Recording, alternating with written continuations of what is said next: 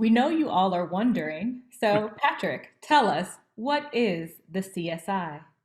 Well, CSI, affectionately referred to as our Collaborative Scheduling Initiative, is really an ambitious university wide initiative that will help us create a more sustainable academic and performance schedule for our campus. We're looking for room where there's opportunity for interdisciplinary collaboration and exploration, artistic expression, and the most logical outcome is that we want a more manageable daily workload. That's what CSI is. Why is this an important initiative? At UNCSA, we need to accommodate so many annual performances, productions, events, curricula, all sorts of activities. And we want to provide intentional, shared, collaborative time to ensure a vital campus experience for everyone, and one that reflects what's happening in our professions. So building on a conservatory model, CSI allows us to do that so we can excel and remain relevant as an institution for decades to come. Everyone wants to know, specifically, what is CSI? What is actually being proposed? That is a great question. The highlights of the CSI are the creation of 60 hours, or about 1.5 weeks, of student self-directed time throughout the academic year. It also includes 42 hours of dedicated student collaborative time to provide them the opportunity to work with their peers on projects of their choosing. It also includes a reimagined intensive art schedule and a revised and reimagined production calendar that is sustainable for all those involved. We invite you to check out more detailed explanations in the documents now posted on the CSI website. Whose idea was this initiative? And can you speak to the relationship it will have to the challenges we currently face with regard to resources and staffing? But in a nutshell, there wasn't a particular person that decided we should or shouldn't do this, but it's really born out of a consensus that a change needs to happen. Like, we've been long overdue for change regarding our scheduling. It's also a combination of commitments that our faculty made to each other regarding a sense of better health and wellness in terms of work-life balance for our faculty, our staff, and our students alike. There was great expression and enthusiasm about having a stronger connectivity with EDIB as part of some of the curricular revamps that some of the schools are undertaking. And also, more importantly, just trying to think about what it means to remain relevant in a 21st century context. The reality is there's no real way to deliver on any of those goals without examining the entire structure. In particular, having a look at our most precious resource, which happens to be our time.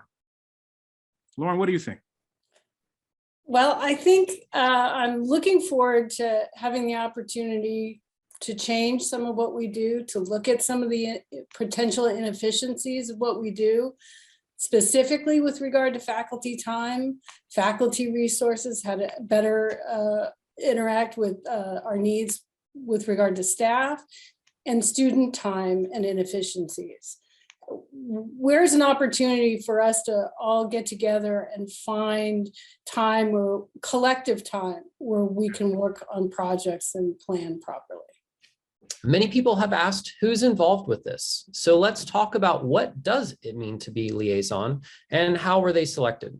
Those selected and identified as liaisons are what we'd consider representatives of each school who have boots on the ground.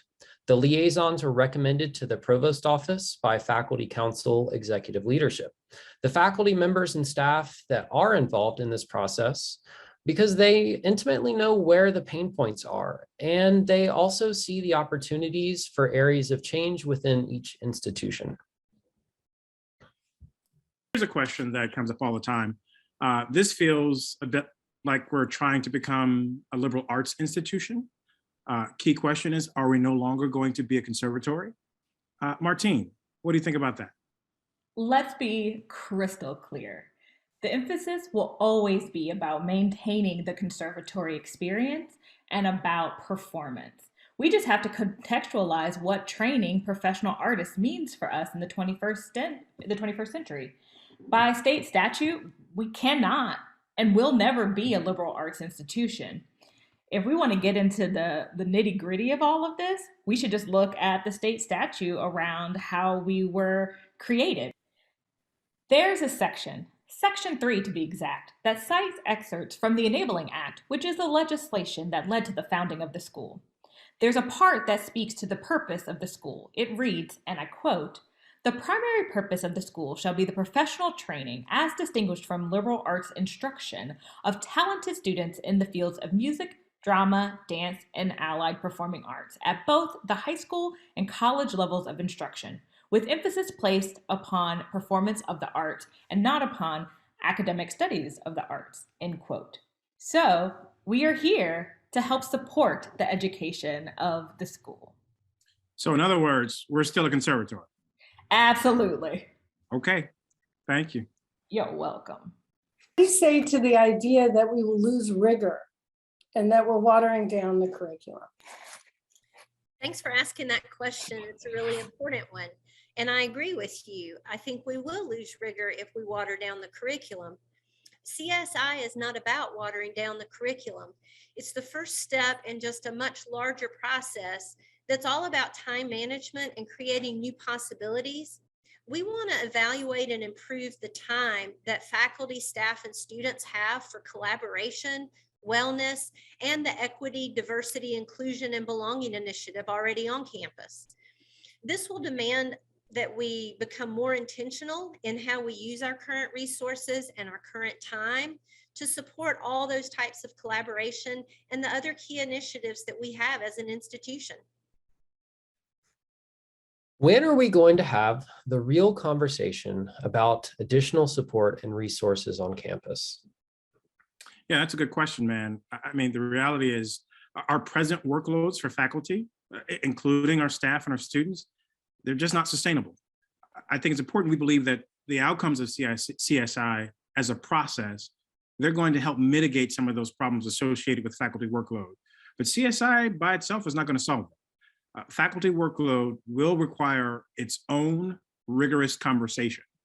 I think it's important to note that we're going to build on the work that already was put in place. I believe there was a 2019 committee, the Faculty Workload Committee, that was co-chaired by Mike Wakeford and David Winkleman.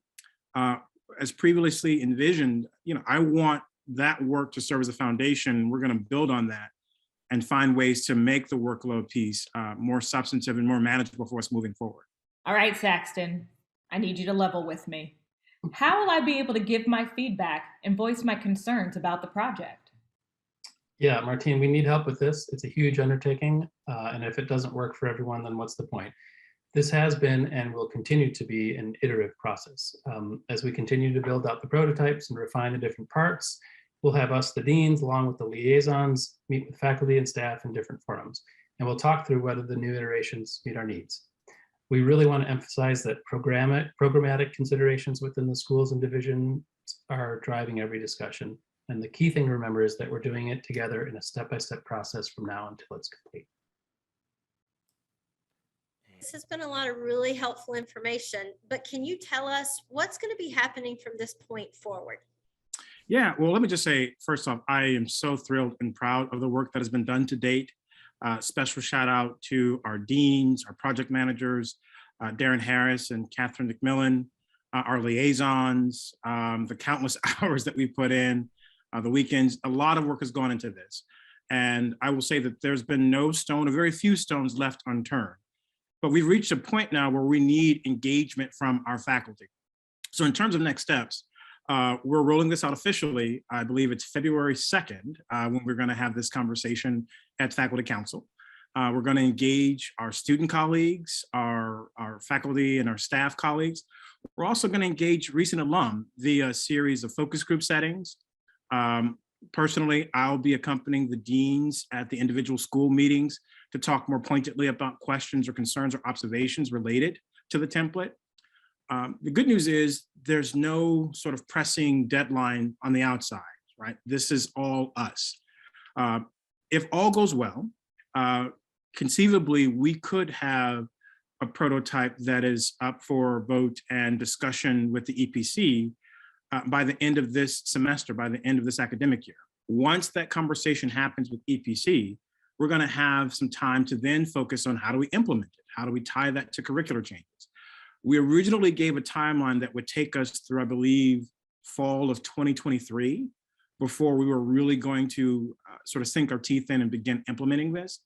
I'm good with keeping some benchmarks in place, but I'm also wise enough to know that if we need to adjust, and to the extent that the work is happening, I'm comfortable adjusting that deadline. Thank you all for the hard work and heavy lifting that you've done to get us to this point in this conversation about CSI.